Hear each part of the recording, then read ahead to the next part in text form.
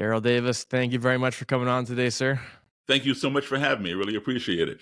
It's an absolute pleasure of mine. I've been following your work for a number of years, and anyone close to me eventually hears your name come out of my mouth about something I'm teaching or something I'm doing or a podcast I listen to you on. So believe me, the pleasure is all mine. I guess the first simple question to ask is, how does a musician like yourself get involved with, for those who don't know the story, get involved with discussing racism with members of the KKK and convincing more than 200 to leave the Klan? Okay, well, let me give you the front story first, then the back Sure, story. absolutely. How does a musician get involved with that kind of thing? Well, as a musician, right? As a band leader, when I'm in my own band, I'm the band leader, and when I'm at somebody else's band, I'm a side person and I follow their band leader. But as a band leader, my job is to foster harmony on my stage between all the voices, whether they are the vocal voices, the instrument voices, piano, bass, drums, guitar, sax, or Mhm. whatever I have, along with the vocals. I want harmony. The only time that I want dissonance is when I intentionally inject it into the music for effect, Mhm. right? Otherwise, if dissonance happens, randomly, that's not music. That's noise. Somebody hit a bad note or went out of tune or whatever, right? So, we want harmony unless intentional dissonance is needed for an effect, like a scary part or a sad part or Mhm. whatever. Um, so naturally, when I finish the gig and I step off the stage, the gig is over, the curtain comes down, and now I'm out in society. I want harmony around me. I don't want dissonance out there.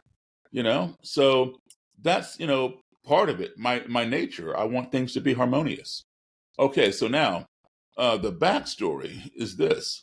I'm age 66, but I grew up as a child of parents in the U.S. Foreign Service.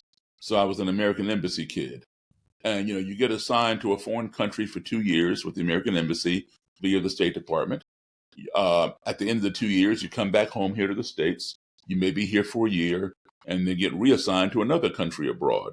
Back and forth were the formative years of my life. I Mhm. started traveling at the age of 3 in 1961. And my first introduction to school was overseas. I did kindergarten, first grade, third grade, fifth grade, seventh grade, all in different countries, in different schools. Now, here's the thing. We're talking the 1960s, right? Mhm. When I was in school, and like I said, my first school was overseas, kindergarten. My classmates, in all those years I just named, my classmates were from all over the world, because anybody who had an embassy where we were assigned, all of their kids went to the same school. So this kid here might be from Japan, that one from Russia, this one from Nigeria, that one from France, Italy, Germany, you name it. Anybody who had an embassy, their kids went to the same school. So that being my first exposure to school became my baseline for what school was supposed to be. However, every time I'd come back home after my dad's assignment back here, I would do, second, fourth, sixth grade, all those other grades, eighth grade. Um, the uh, the schools I was either in an all black school or a black and white school, meaning Mhm. the still segregated or the newly integrated. And just because desegregation was passed in 1954, 4 years before I was born, schools did not integrate overnight. It took years. And even today in 2024, in some parts of this country, we're still dealing with that. So I didn't quite understand that. But one very prominent point in my life, I was age 10, 1968, and we had just come home. And I went to an integrated school right outside of Boston in a town called Belmont, Massachusetts.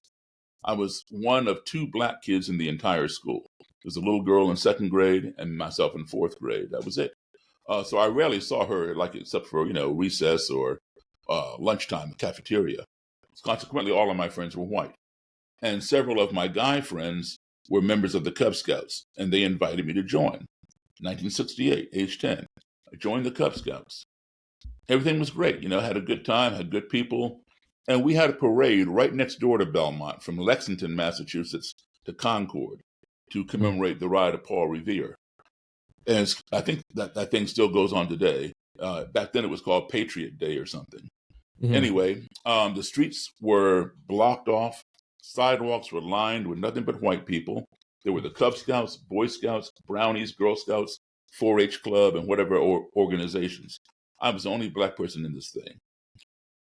Sidewalks were lined with white people who were waving and cheering and yelling the British are coming and all that, until we got to a certain point in this parade route when suddenly I'm getting hit with bottles and soda pop cans and small debris from the street from some spectators off to my right. And I turned to see, who's doing all this. And I saw a couple of kids, maybe a year or two older than me. I didn't know them. And a couple of adults who were throwing things. And I assumed it was kids and their parents, Mm-hmm. But because I had no precedent for this kind of behavior, my first thought was, these people over here, they don't like the Scouts. That's how naive I was. It wasn't until my den mother, my cub master, my troop leader all came running and huddled over me with their own bodies and quickly escorted me out of the danger, that I realized I was the only Scout getting this protection. And now I'm wondering, what did I do? Why are they doing this to me? I had no clue. And I asked my Scout leaders as they were quickly ushering me away, what was going on? What did I do? And all they do is just shush me and rush me along, tell me to keep moving, everything's going to be okay. I kept moving. They never answered my question. Fortunately, the people did not follow us. And at the end of the parade, I still had no answers. And I went home, and my parents, who were not there at the parade, were putting Band-Aids and cleaning me up on me and asking me, how did you trip and fall down and get all scraped up? I told them I didn't fall down. I told them what happened. And for the first time in my life, my mom and dad sat me down at the age of 10 and explained to me what racism was. Now, a lot of people are not going to believe this, but at the age of 10, I had never heard the word racism. It did not exist in my sphere. That's why it's so important that people know the backstory. I was around people from all over the world. Any color you can imagine on a human being, I grew up with in my formative years. So racism did not exist. We all got along. Even though we didn't look alike, speak the same language, or worship alike, we went to school together, we played together, we had slumber parties together. Racism did not exist. So my 10-year-old brain could not process that what my parents were telling me was true, that this was happening to me because of the color of my skin. Mm-hmm. And to further prove my point that my parents were wrong, the kids I went to school with in Belmont, my fellow Scouts, were the same color as the perpetrators. So what do you mean? It had nothing to do with the color. Yeah. So My not friends don't. like, I'm sorry. Yeah, Like, go not ahead. only was it like not like it wasn't even that it was like mean. You're like, this is just strange. Like, why is this? Like, you couldn't even Yeah, like comprehend yeah. that. Yeah. And my fellow Americans overseas at the embassy didn't treat me like that. Neither did my little French or German or Danish or Swedish friends. They didn't behave like that. So my parents had to be wrong, obviously. Well, so like I said, this is 1968. Mm-hmm. Now, a lot of things happened in 1968, Yeah. concluding with the assassination of Dr. King. Mm-hmm. And I remember that very well. And by the way, today is the fourth anniversary of the lynching of George Floyd. Yeah, Yeah, because we but just talked about actually like just this past week about Robert Kennedy and Martin Luther King, the assassination of yeah, really Cold War and stuff in my class. yeah, yeah. But I guess my question, because like you're at the age of 10, you have this conversation with your parents, and then you craft the question that I also like tried to instill in my class to consider. Is like, how can you hate me when you don't know me? Like, that's hmm the question you formulate in your mind. And so you're 10 years old. And so when do you start like actively searching for the answer to that question? And like, what leads you to say, of all the kind of groups that are out there that are potentially hateful or extremist, why the Ku Klux Klan specifically? Okay. Well, yeah, I formed that question in my mind. When Dr. King was assassinated, and I saw all of that. I saw Mhm. Boston burned to the ground. I saw rioting and looting and all that kind of crazy stuff. And then it was then that I realized my parents had told me the truth. This phenomenon called racism really Mhm. does exist. I accepted its existence, but I didn't know why. Why are people racist? And that's when I formed that question at the age of 10. How can you hate me when you don't even know me? And I've been looking for the answer now for 56 years because I'm Mhm. 66 now and I was 10 then. Um, I began buying books on black supremacy, white supremacy, the Nazis in Germany, the neo-Nazis over here, the KKK, racism, anti-Semitism, you name it. I have a vast library which I Mhm. continue to build. Mhm. And none of my books answered the question. And when I would ask people, why are people like that? They would say, oh, Daryl, some people are just like that. That's just the way it is. Well, that's not an answer, at least not one that placates me, my. No, yeah, it's like that only gives me more questions, like Exactly. Exactly. So, um, you know, that fall, I traveled back overseas with my dad's Mhm. assignment. And I went back to what I call normalcy, Yeah. right? Um, Well, and what should be normal, really, like exactly, yeah. exactly. And back then, here's the interesting thing. Back then, the term multicultural did not exist. I remember when it came in, it was multi hyphen cultural. Now it's all Mhm. one word, it's part of our Mhm. vocabulary. It didn't exist back then. But that was the norm overseas. It just wasn't the norm Yeah. here. And so when I was living overseas, um, I was living maybe 10 years ahead of my time into the future because that multicultural, diverse classroom setting was not here in our country. And about 10 years later, now it's here. You go into any Mhm. city school, you see people from all over and mixed and so forth and so on. But, Mhm. so that was foreign over here. It was the norm for me because that was my first exposure to school. So that became my baseline. So anyway, I went back to normalcy. But every time I came back home, there would be some crazy incident. And then skipping ahead, I graduated high school, went to college, got my degree in music. And music became my profession, but studying race became my obsession because I never let go of that, and I want to find out more and more. So that became my primary goal. And there were no classes you could take in college on race, like race 101. It doesn't, Yeah, it's like, not even the today, answer right? is yes. Yeah. So I had to self-educate. Well, um, I graduated, college with my degree in music and started playing. And country music had made a comeback. It had never gone completely away, but it had fallen off the top 40. And a movie came out called Urban Cowboy with John Travolta and some other people. Mhm. A lot of country music in that movie, a mechanical bull and all kinds of line dancing. And so it was a box office smash. And all the bars and clubs that were having top 40 bands and disco bands and whatever flipped their format to country because that was what was happening. That was what was Mhm. trending again. So, if you want to work full time in music, you play what people want to hear. I joined a country band.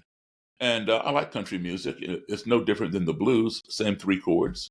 Mhm. And so it was an all white band. They were pretty well established here. I live in Maryland now. I'm from Chicago originally. But they were pretty well established in the Maryland area. And they had played I was the only black guy in the band, and usually the only black guy wherever we played. There was a place up in a town called Frederick, Maryland, about an hour and 20 minutes outside of Washington, D.C. And this club called the Silver Dollar Lounge had a reputation that blacks were not welcome there. There were no Mhm. signs like you see in the old history books, colored water fountain, colored restroom, whites Yeah. only, nothing like that. But the reputation, the mentality was there. And when you go somewhere where you're not welcome and alcohol is served, sometimes it's not a good combination, right? So what do you So think that, like, caused you to just be think it was kind of like your educational experience, kinda just being like, "You know what? I know this is the reality of where I'm going, but I'm just gonna do it anyway," and, like, what do you think, like, caused you to be able to I be have like, "Yes, I never, will do this?" I have never felt intimidated. I don't know why, but I've just never Mhm. felt that. I feel that I'm entitled to whatever else anybody else is entitled. Yeah. I'm not an entitled person, but I mean, No, no. if something is being offered to the public, I am part of the Yes. public. This Yeah. is my country, and I should be able to do what I want to do, within the law. Yeah. So when the band leader said, we're going to play there, I knew the reputation of the place. I said, Mhm. okay, I'm going to go and just, do what I got to do. Mhm. So I went, and now I can tell you, if I had gone in there as a non-musician, I probably would have had to fight my way out. It was a little, Mhm. and there were some Yeah. times when I did, but that was later on. Um, but I went there and played with the band. People looked at me, of course, and Mhm. they danced to our music. And on the break, I was following the band to the band table, take a break, and I felt somebody from behind put their arm across my shoulder. Now I don't know anybody in here, and I see the whole band in front of me, so I'm Yeah. like, Yeah. who is this Yeah. touching me? Obviously cause for alarm. Yeah. Yeah, yeah. Oh, time is up. Yeah. Yeah. so, so it was this white guy, and he was probably a decade and a half, maybe a little more older than me. Mhm. Big smile on his face. And he says, "Man, I sure love your all's music." I said, "Thank you," and shook his hand. And he points at the stage and says, "I've seen this here band before, but I ain't never seen you before. Where'd you come from?" And I explained, well, I just joined the band, but yes, they've played here before. "Man, I sure love your piano playing. This is the first time I've heard a black man play piano like Jerry Lee Lewis." And I was not offended, but I was shocked, given this Mhm. guy's age difference. He's a lot older than me, Mhm. and that he did not know the black origin of Jerry Lee Lewis's piano style. And I told him that Jerry Lee and I got it from the same place, black blues and boogie woogie piano players.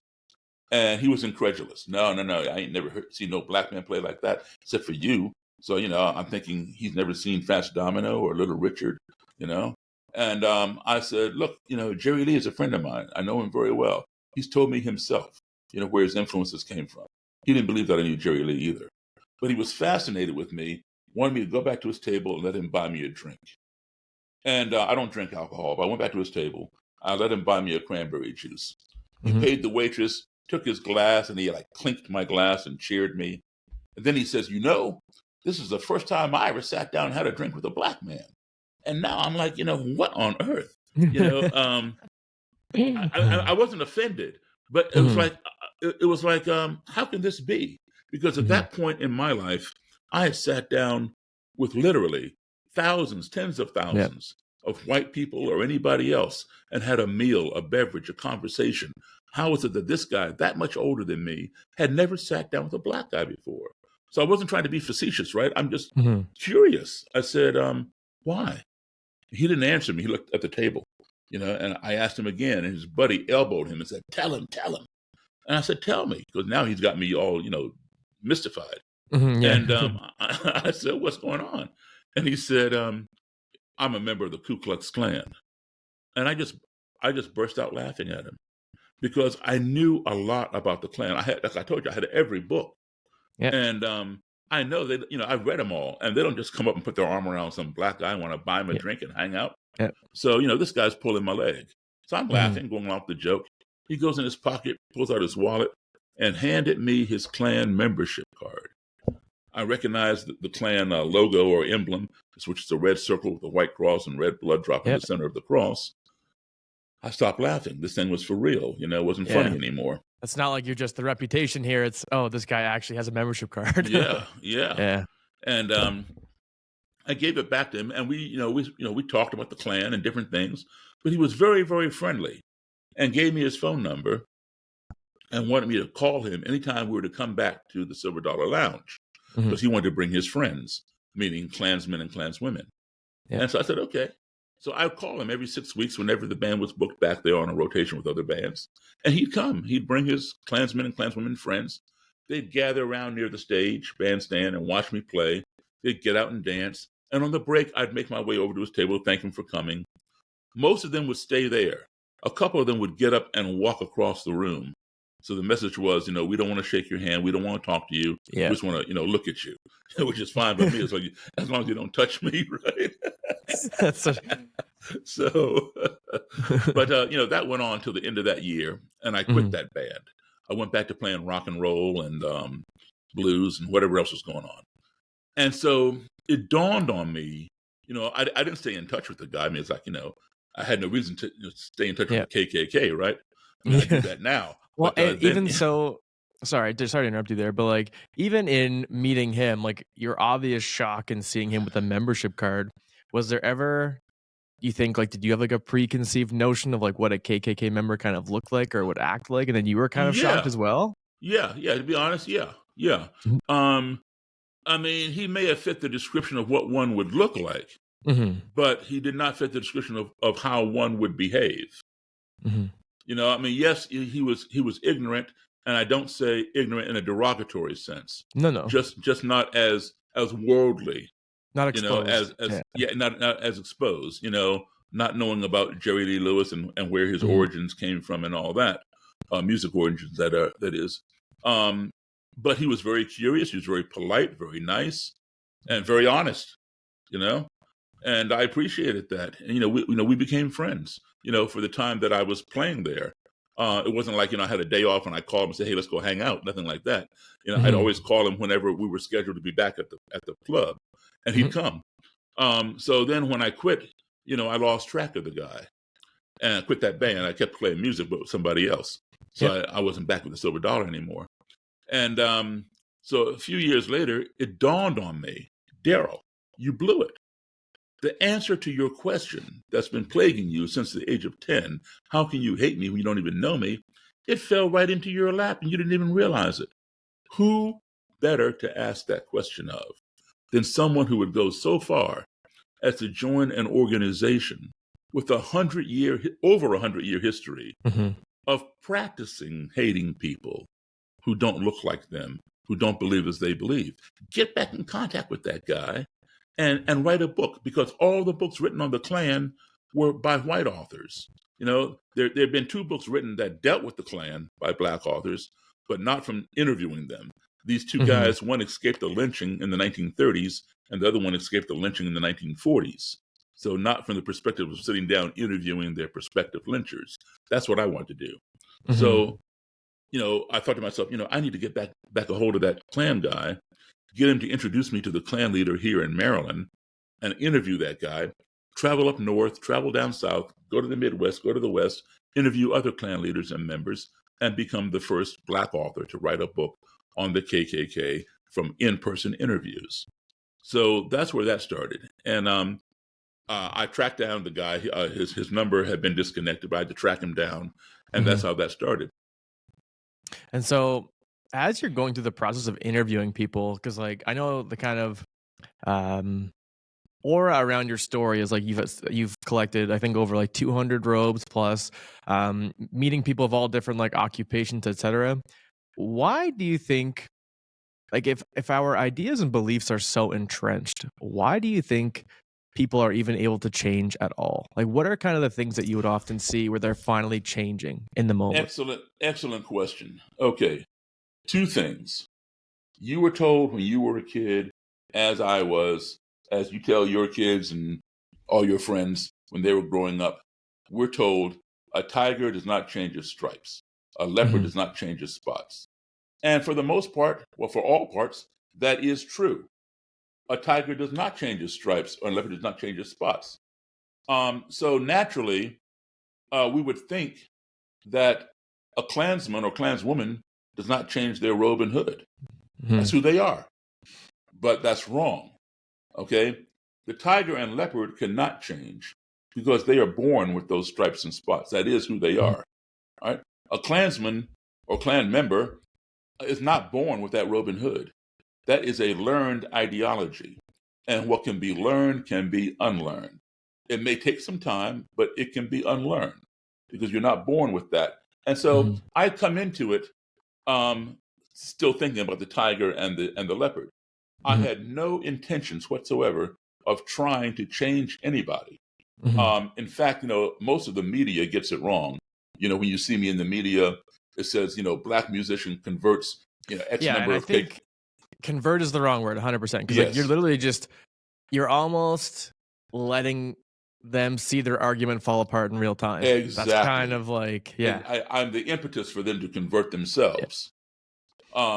So, I had no, I had starting out, I had no intention of trying to change these people because I figure they're the tiger and the leopard. That's who they are, right? All I want to know is why.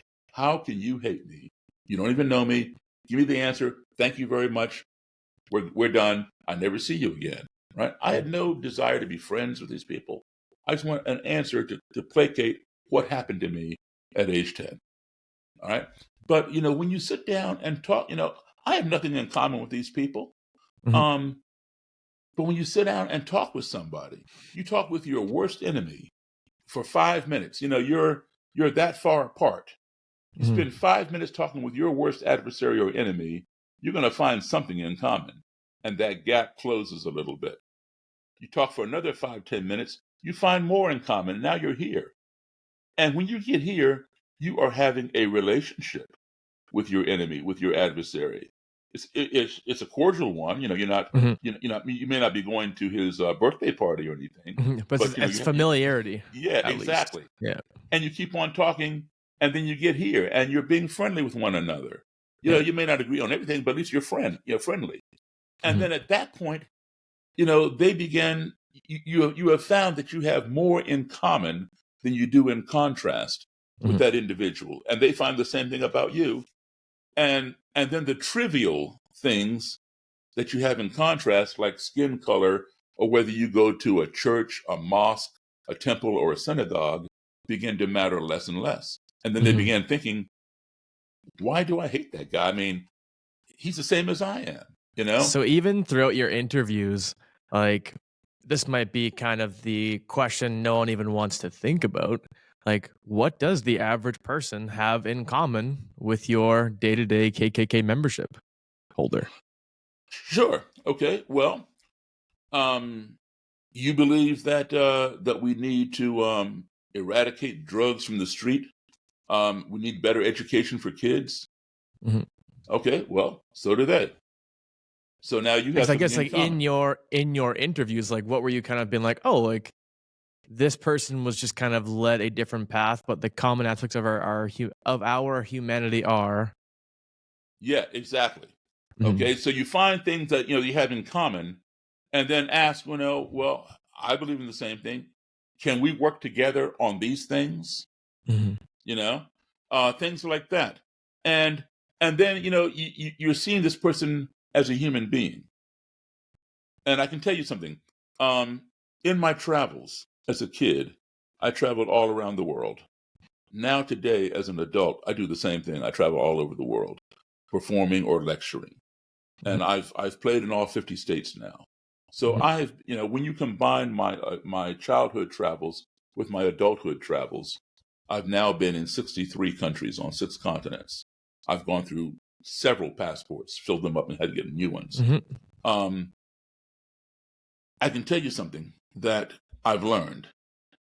No matter how far I go from our own country, whether it's next door to Canada or next door to Mexico or the other side of the planet, everybody I meet is a human being. We don't look alike. We don't speak the same language. Maybe we don't worship alike or don't even worship at all or whatever the case may be. We all are human beings. They all are human beings. And every human being wants these 5 core values in their life. Everyone wants to be loved. Everyone wants to be respected. We all want to be heard. We all want to be treated fairly and truthfully. And we all want the same things for our family as anybody else wants for their family. And if we can learn to apply those 5 core values when we find ourselves in an adversarial situation or a culture or society in which we are unfamiliar or uncomfortable, I'll guarantee you that the navigation of that situation, that culture, that society will be much more smooth and much more positive. And it doesn't even have to be about race. It could be any controversial thing. Abortion, the last presidential election, the upcoming presidential election, the war between Gaza and Israel, whatever the hot topic is, you're on one side, somebody's on the other side. Apply those 5 core values. That will lead to a civil conversation. You may not agree, but at least you're talking with one another. And then perhaps you can understand why that person believes the way they do. And they can understand why you believe the way you do. You might learn something that might give you pause for thought. You might teach them something that might give them pause for thought or cause a cognitive dissonance. and then they have to, rectify it. If they can't rectify it, their argument for believing that way falls apart, as you point out, and that's how I end up with robes and hoods. But as everyone does. Right, there you go. So it's like I said, I had no reason to try to convert them, or even try to be their friend or what. I just want some answers. Yeah. But when you're sitting down with somebody one on one, you see the humanity. The person is not a bad person. The person has some bad ideas, or bad thoughts, or bad education, or something. And the more you talk, you ask me what how do you know when somebody's changing, or the changing point? Here's what's interesting. First of all, a Klansman or Klanswoman is not, or a racist for that matter, is not stamped out of a standard cookie cutter. They come from all different walks of life, all different educational backgrounds, from the third grade dropouts, that you see on Jerry Springer or something, all the way to the White House. All right. President Warren G. Harding was sworn into the Ku Klux Klan in the green room of the White House. President Harry Truman, before he became president, he had joined the Klan for a very short time. He didn't like it. He got out and went on to become president. Calvin Coolidge was allegedly into the Klan. Supreme Court Justice Hugo Black was in the Klan when he got appointed to the Supreme Court. He had to drop out to be on the Supreme Court. So that, there's been all kinds of educational levels, hierarchies, and high positions, all the way down to third grade dropouts, I pointed out. So they don't have a lot of that in common, education wise, but they do have the commonality of not liking Jewish people, or Black people, or gay people, or this Muslims, whatever it is, they don't like. But another thing is this: when I'm in, those who would sit down and talk to me, not everybody would, right? There was some, I'm not talking to you, get out of here, or someone wanted to fight, but fortunately those are few and far between. Those who did talk, what I noticed was this, and I still do it today. They start off answering your questions, but they don't ask you for your opinion, because you have nothing to offer them. They are superior to you. They are supremacists. You are inferior. So, like, if I were to say to you, Lucas, what do you think about what Joe Biden said about such and such? You would say, well, I think da da da da. What do you think, Daryl? It doesn't go like that. They're not interested in hearing your opinion, because your opinion is not worthy of them. It's below them. So they answer your questions. And, you continue this, and maybe a week later, maybe a month, maybe several months later, you're talking with the same person or whatever. And all of a sudden they say, well, what, they answer the question. They say, well, what, what do you think, Daryl? I'm like, what? You asked me a question, it catches you off guard, because you never know when it's going to come. And you realize that you have some modicum of value to them. They want to know what you think. So it's always important, always give them an honest answer. And if you're giving them a fact and you know it to be a fact, tell them this is a fact, and here's where you can fact check me, and give them the fact. If you don't know it to be a fact, say, listen, this is my opinion. I don't know for sure, but this is how I feel. And that way, you're protecting yourself. You give them that preface. It's your opinion. So if it turns out that you're wrong, they can't hold it against you and say, you tried to influence me with some bogus fact, fake news. No, I said it was my opinion. So that's all because they look for credibility. And because when they see you and they see this, the color of your skin, you have no credibility whatsoever. Right? That's why they go so far. You have to earn even like the basic right to talk, to respond. Exactly. And then, when you give them true answers and they realize it's true, then they begin trusting you a little bit. And there's something that they're uncertain about. They may even ask you, because they want to fact check themselves. And that narrows that gap. And I think even today, like the common narrative around people who are like generally more extremist or racist is, oh, they're just uneducated, we need to educate them. But then you hear people like who are literally presidents and Yeah. like Supreme Court, and like these are meant to be our definition of high educated people because like they're leaders. What is your definition of educated? Because it seems like your definition is based on exposure, contact, and respect. Okay. Yeah. Well, So what's your let me give you my favorite quote of all time. okay? It's by Samuel Clemens, right? Otherwise known as Mhm, Mark Twain. And mhm, it's called the travel quote. mhm, And Mark Twain said, travel is fatal to prejudice, bigotry, and narrow mindedness. And many mhm. of our people need it sorely on these accounts. Broad, wholesome, charitable views of men and things cannot be acquired by vegetating in one little corner of the earth all one's lifetime. And that is so Vegetating is a true. crazy word too. Huh? But Vegetating is a yeah, crazy, like a crazy accurate word to use there too. yeah. But that is so true. And, the more we're exposed, listen, all that travel that I've done, which is probably more than everybody in the Klan put together, all right, um, does not make me a better human being than somebody else. But Mhm, what it does is it gives me a better and broader perspective on humanity than most people who have not had a lot of travel exposure, mhm, you know? So they're not going to go to these foreign countries. Most of them won't. Most of them won't even leave their little town. But perhaps I can bring some of the education that I've gotten from those travels, bring them to them vicariously. So, like, if you can't take the mountain to Muhammad, you bring Muhammad to the mountain, kind of thing. Um, and so, it's worked.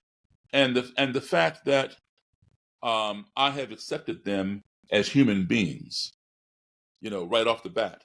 I don't like what you've done. I mhm, don't like what you believe in, but I accept you as a human being and I will treat you as such. You mhm, know, that goes a long ways because, they're going to try and trigger you. mhm, And you have to go into the interview knowing who you are. Because if you don't go in there knowing who you are, they're going to tell you who you are. And you might walk out believing them. So, somebody who walks into my interview room and he's only there for 5 minutes and all they see is this. They don't know anything about me, and mhm, they're going to assess me to be a criminal. I'm lazy. I'm not as smart as they are. I don't let that trigger me. Most people mhm, will let it trigger them. They get offended and get insulted, and when they start yelling and screaming and then want to go at it. I mhm. don't do that. I know who I am. I'm not going to let somebody who doesn't even know me and make these assertions based on the color of my skin. I'm not going to let that bother me. I know who I Mhm. am. Yeah, and even like as I was kind of going through the motions of being taught how to teach social, I guess one of like the main fundamental, I guess, the fundamentals of teaching would be, we would say like, what is the story that makes that make sense to them? And that's what you're kind of always trying to unpack and unravel. And like, even with trying to find these stories, like I heard you say one thing, like I've heard things that have cut me to the bone. That was what you Yeah. mentioned. I believe watching your documentary. What are some of like these stories that they usually like justify to like prove their point? Like I remember one, for example, you told a story. I can't remember the exact details because I couldn't find it upon like researching once again.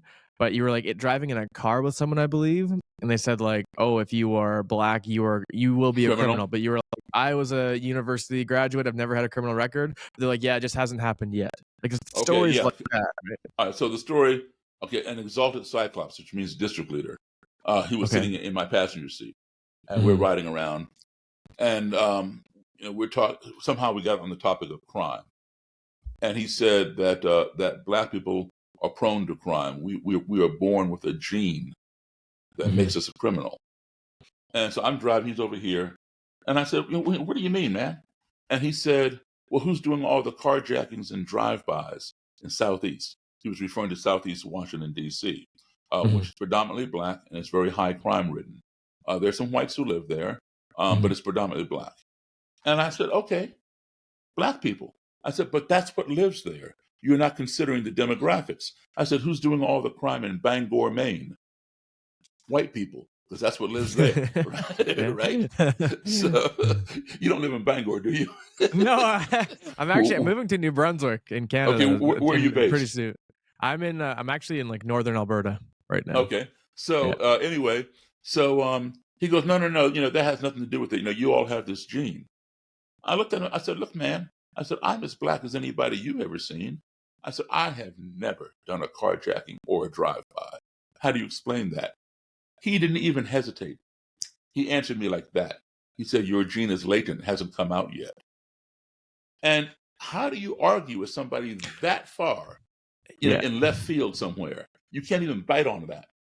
And I was just dumbfounded driving along like, huh, wow, he's over here all I need a minute there. I need a cranberry juice for that. yeah, One. exactly. He's over here all smug, like, see, Yeah. you got nothing to say. So I had to think about it. I had to go to where he's coming from. I had to use the same argument against him because that's what he understands. That's his ammunition. I'm going to turn the tables. I'm not, if I were to give him a stack of books written by PhDs from the floor to my ceiling, proving him wrong, he wouldn't believe them. Yeah. But I'm going to use his own theory. And I said, well, all white people have a gene within them that makes them a serial killer. He's like, well, how do you figure? I said, name me 3 black serial killers. He couldn't name anybody. I said, here, I'm going to give you one. I named one for him. I said, now, I gave you one. Just name me 2. He couldn't do it. I said, Charles Manson, Jeffrey Dahmer, Henry Lee Lucas, John Wayne Gacy, Ted Bundy, David Berkowitz, Son of Sam, Albert DeSalvo, the Boston Strangler, on and on. I said, they're all white. I said, son, you are a serial killer. He says, Daryl, I never killed anybody.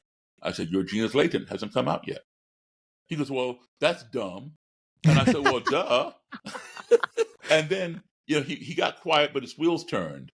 Yeah. And shortly thereafter, within 3-4 months, he left the Klan. Oh, wow. Yeah. Okay. Yeah. That I same didn't know if argument. he ever left. Okay. Yeah. Yeah. I have his robe.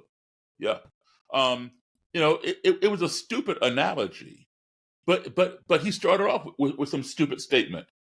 Because I'm black, I have a gene that makes, because that's what he heard. And he is surrounded by an echo chamber that keeps repeating that stuff. So it becomes ingrained in them, that these people are like this, Another thing, you teach history. You teach Canadian history, you teach American history as well. So we call it social studies. So honestly, for grade 12, our predominant thing is pretty much U.S. ideology, left versus right wing, communism, capitalism, fascism, etc. So I would say that's probably the core of what I teach. Mm-hmm. Well, like over here in this country, even today, if you go to school, like high school, whatever, in the North, you were taught that the Civil War, our Civil War, was fought over slavery. Yes, that is true. However, if you go to school in the South in this country, you're taught, no. The Civil War was fought over states' rights. And yes, that is true. The state's right to own a slave. Yeah. It's always that last little bit you gotta right. So that's how they frame it, right? Yeah. So these people, you've seen our Confederate battle flag.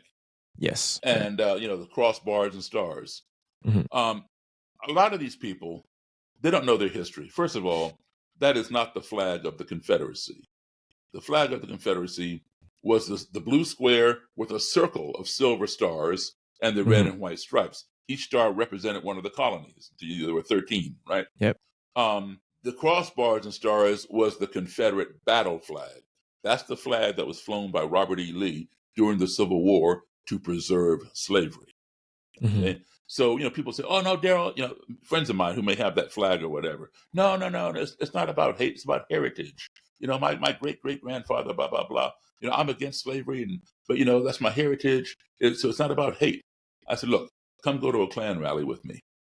And when you see those people carrying your flag, your heritage flag, I want you to go up to them and say, look, that's not what that flag stands for. Give me back my flag. They won't give it back to you. But if you do that, I will come to your house. I will take your Confederate battle flag and I will hoist it up your pole for you. I have yet to have anybody come go to the rally with me. Okay. Yeah. Because, that flag represents slavery, the preservation of slavery. It's like a swastika to Jewish people. All right. Now, there are plenty of Black people who fought in the Confederacy. My ancestors fought in the Confederacy, okay, because slaves had to fight for their slave masters. And my ancestors are from Virginia and North Carolina. And Virginia was the seat of the Confederacy, Mhm. Robert E. Lee and all that kind of stuff. All right.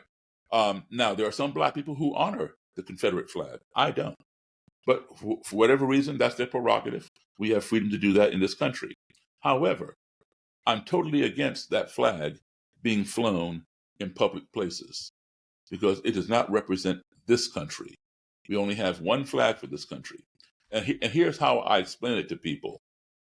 The United States went to war against Great Britain, and we beat Great Britain, which is why we celebrate the 4th of July in this country. Mhm. The second largest population of white people, white Americans in this country, the second largest percentage are of British descent.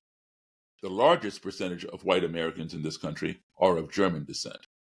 Now, these white Americans who are of British descent, they love their British ancestry. You Mhm. know, we're friends now and all that kind of stuff. Yeah. You know, after the Revolutionary War. Yeah. But these white Americans of British descent, they don't run out and build statues to King George III or fly the Union Jack, right? Why? Because the loser does not get to build his statues and fly his flag on the winner's property. In 1941, we went to war against Japan because Mhm. Japan bombed Pearl Harbor. There are plenty of Japanese Americans in this country who are just as American as I am. All right? They gave up their Japanese citizenship. They became American citizens.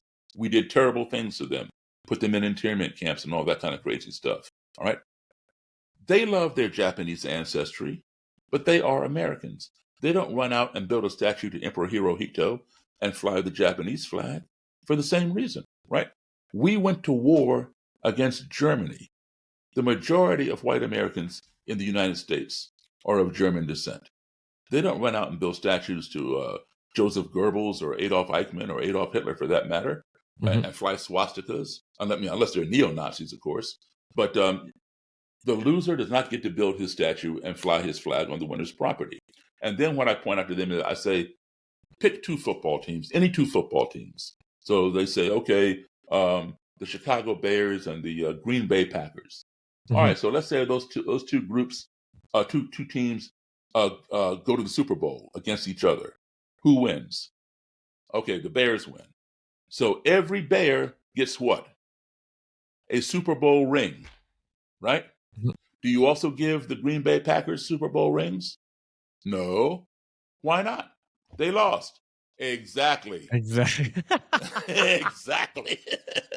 I love the flipping of it every time. It's like I'm using Yeah, your argument, not using it against you, but using it to like show the error of your way.